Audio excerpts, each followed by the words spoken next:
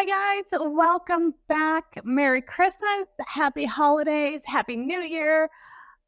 I am so excited. Okay, so tomorrow is Christmas Eve. All my family's gonna be here for Christmas. I'm so excited. And seeing how this is, Christmas Eve, I'm gonna show you guys how to make a fun little square. So today I'm gonna show you guys how to make Grinch Squares. These are a little prickly. They've got cute little hearts. They are so good. I'm kind of surprised how well they turned out. I am excited to share this with you guys. So I just wanted to take the time to say thank you to all of you.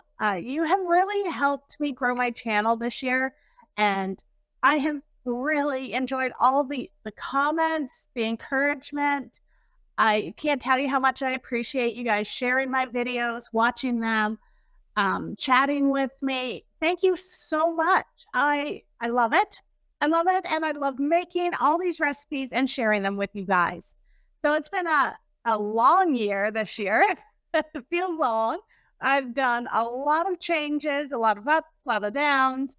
And I think this is ending on a fantastic note this year. And I'm looking forward to what comes next. I don't know what that is yet. I have a couple little ventures in mind that I would like to maybe attempt, but it's also going to be another year of lots of fantastic recipes. They won't all turn out, but they're still going to be good. So thank you so much for watching my videos. Remember to like, subscribe, notification bell, all that good stuff. Check out all my links. Yeah, so thank you so much. I appreciate you guys. So I think I have chatted enough, and I'm sure you're dying to get to know how to make this recipe. So let me get to it. Let's get baking. I'll show you how to make these Grinch squares. All right, so let's get started. You're going to first preheat your oven to 325 degrees Fahrenheit. Then you're going to add 1.5 cups of graham cracker crumbs to a bowl, a half a cup of lightly packed brown sugar, 1 tablespoon of flour, and a half a cup of melted butter. And you're going to mix that all together with a fork and just make sure everything is combined with the butter. Next, you're going to get a 9 by 13 inch pan, line it with parchment paper. This just makes it easier for taking the squares out of the pan later. And you're going to put your graham cracker crumbs in the bottom, spread it all out as evenly as you can, lightly pack it down.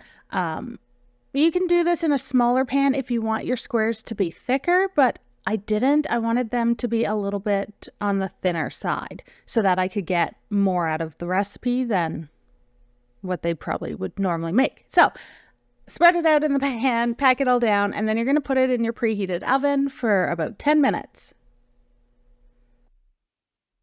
So while the crust is baking in the oven, we're going to get the middle of the squares ready.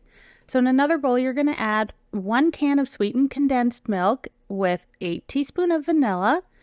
Mix that together, and then you're going to add 2 cups of shredded coconut. You can use sweetened, unsweetened, flakes, finely shredded, whatever you want. 2 cups of coconut. Mix it all together, and then we're just going to set this aside until the crust comes out of the oven and has cooled for a little bit. All right, so the crust is cooled. I let it cool for about 10 minutes. It's still warm to the touch though, so that's okay. It's going back in the oven. So now you're going to take your coconut mixture, you're going to put it on top of the crust, and this is really sticky and it was surprisingly hard to spread out. So spread it out the best that you can, as evenly as you can, covering all the way to the edges. If you are making it in a smaller pan, this is easier to do. But I'm not. I'm making it in a 9 by 13. So spread it all out. Then you're going to put it into the oven for about 30 minutes. Your oven should still be at 325 degrees Fahrenheit. Bake it for 30 minutes or until the edges start to turn all golden brown and get all crispy. So this is what it looks like coming straight out of the oven. It's crispy, it's brown around the edges. Now we're going to let this cool, completely cool, like cold to the touch, because when we put the icing on, we don't want it to melt. All right, the squares have been cooling for a couple of hours, so let's make the icing that's going to go on top of them. You're going to start with a 1/4 cup of butter at room temperature. And just FYI, I finally got a hand mixer. It's only taken me a year to pick it out, but I got it, and it's so quiet, and I love it. I love it so far. So, yay, I'm happy I got a hand mixer. So yes, cream the butter until it's all smooth. Add about a teaspoon of vanilla. You know me, I don't really measure. I just pour some in. Mix that all up. Then you're going to add 1 cup of icing sugar and 3 tablespoons of green candied cherries that have been pureed. So I could not find the green maraschino cherries to use the juice from the jar. I don't know why I could not find them this year. I know they're out there. I just couldn't find them anywhere here in Halifax. So my alternative was to use green candied cherries, puree them the best that I could, and use those in it. So it adds flavor. It adds a little bit of color. Not enough, but it adds color. Yeah, that was my solution. So normally these would be pink because they are technically pink lady squares, but I have changed them into Grinch squares. So you would normally just add the red maraschino cherry juice, but we're doing green since it's Christmas. Okay, so add all that together.